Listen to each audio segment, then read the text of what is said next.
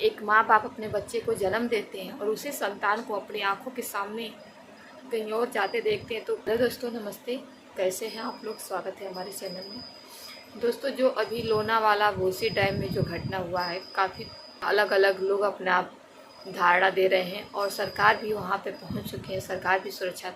लेकिन अभी एक नया अपडेट आया है जिस पे जिनके साथ ये हादसा हुआ है उन्हीं के परिवार वाले का बयान आया है। तो हम आप लोग को सुनाएंगे कि उनके परिवार वाले का क्या बयान है और क्या कह रहे हैं। जो कि आप लोग को पता है कि बोसी डैम में 9 लोग टोटल, बच्चे से लेके बड़े तक का 9 लोग फंसे थे। लेकिन तो दोस्तों, आप लोग वीडियो में पूरा एंड तक बने रहिएगा। मैं आप लोग को सुनाऊंगी उनकी बातें और वीडियो भी दिखाऊंगी साइड में कि उनके परिवार वाले क्या बोल रहे हैं उस घटना के बारे में, जो अपनी आंखों से देखे हैं उस घटना के बारे में क्या बता रहे हैं। मैं आप लोग को वीडियो में पूरा एंड तक सुनाऊंगी और दिखाऊंगी। आप लोगों ने जो वीडियो देखे होंगे, जो फर्स्ट टाइम सोशल मीडिया पे वायरल हुई थी, वहाँ का फर्स्ट नज़ारा, उस झरने के बीचों बीच में टोटल 9 लोग खड़े थे और 9 बहते हैं, 9 ही लोग पूरा झरने पानी के साथ 9 ही लोग जाते हैं। लेकिन कुछ घंटों के बाद खबर मिलती है कि 5 लोग का इंतकाल हो चुका है और 4 लोग सही सलामत वापस आ चुके हैं। तो ये या तो भगवान का करिश्मा मानिए, या तो हम आप लोग को इस वीडियो में पूरी टोटल जानकारी बताएंगे और उनके परिवार का भी बयान आया है। परिवार का बयान क्या आया है, क्या नहीं आया है, आप लोग वीडियो में पूरा एंड तक बने रहिए। दोस्तों, जो 9 लोगों में 4 लोग बचे थे, उनके बचने का मात्र एकमात्र कारण था, जहाँ से झरना बहुत तेज़ी से नीचे गिरता है, जहाँ से वो स्लिप किए थे, जहाँ पे 5 लोग और वहीं पे टोटल 7 लोग एक दूसरे को पकड़ के खड़े हुए थे और वही एक साथ इतना तेज से पानी का बहाव आता है कि टोटल 7 लोग इकट्ठे बह जाते हैं। तो दोस्तों, जो एक साथ माँ और बच्चा बहते हैं पहले, वो तो सीधे बहाव की तरफ, वो सीधे रास्ते पानी के साथ ही चले जाते हैं। लेकिन जो 7 लोग बहते हैं दोस्तों, झरना, आप लोग वीडियो में गौर कीजिएगा कि आप देख रहे होंगे कि जहाँ पेड़ के पास है वहाँ से 2 रास्ता है, दो साइड से पानी का झरना आ रहा है। झाड़ियों के पास से 2 रास्ता डिवाइड कर रहा है। और मैं बता दूं दोस्तों कि एक जो दूसरा वाला रास्ता है, वो दूसरा वाला रास्ता से पानी का बहाव थोड़ा कम रफ्तार से आता है। और जो सीधे वाला रास्ता था, जो आप लोग देख रहे हैं जिसमें ये लोग फंसे थे, वो वाला रास्ते में पानी का बहाव बहुत तेज़ी से बह रहा था। तो जो 4 लोग बचे थे दोस्तों, वो जो दूसरी रास्ता से पानी का बहाव कम था, उसी साइड अचानक बह करके चले गए थे और पानी कम होने के कारण वो लोग बच जाते हैं। जो दूसरी तरफ से पानी का बहाव आ रहा था दोस्तों, उस रास्ते पे पानी का रफ्तार बहुत कम था और पानी भी कम था। ये लोग उसी साइड चले जाते हैं और खुदा न खास्ता भगवान की आशीर्वाद से ये 4 लोग बच जाते हैं। और जो 5 लोग सीधे बोसी डैम गए, वहाँ पर पानी का बहाव बहुत तेज था, इस वजह से वो लोग इंतकाल कर गए। दोस्तों, लोनावाला बोसी डैम में जो भी घटना घटा है, हर एक इंसान के दिल दहला देने वाला घटना है। इतना महाराष्ट्र पुणे का इतना भयानक घटना है कि क्या कह सकते हैं। सब इसके लिए कहने के लिए सब भी कम पड़ जाते हैं।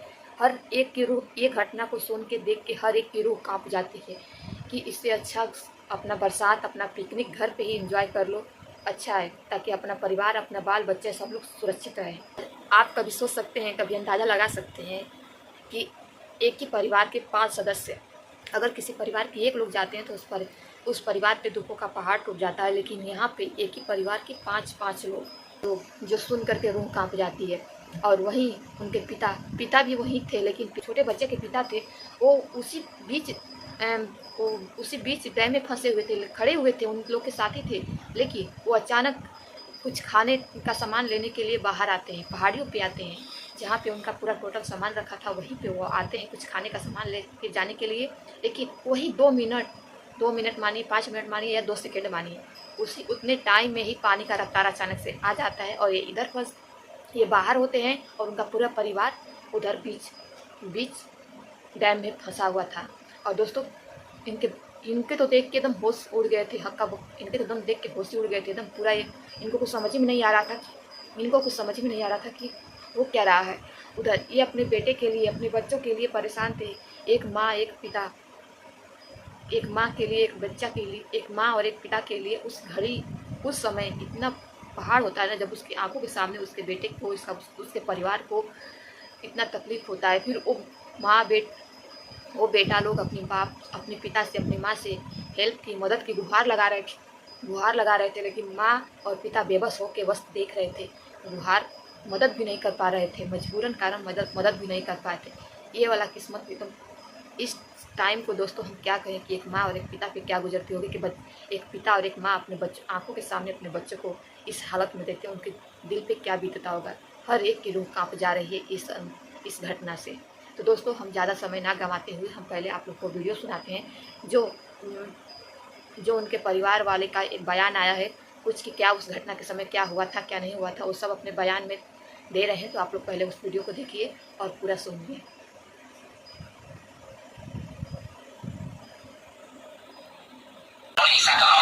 जब हमारे बच्चे और हमारे सारे साहब जब पानी की तरफ बढ़ रहे थे तो पानी का बहाव बिल्कुल भी नहीं था, जरा भी पानी का बहाव नहीं था।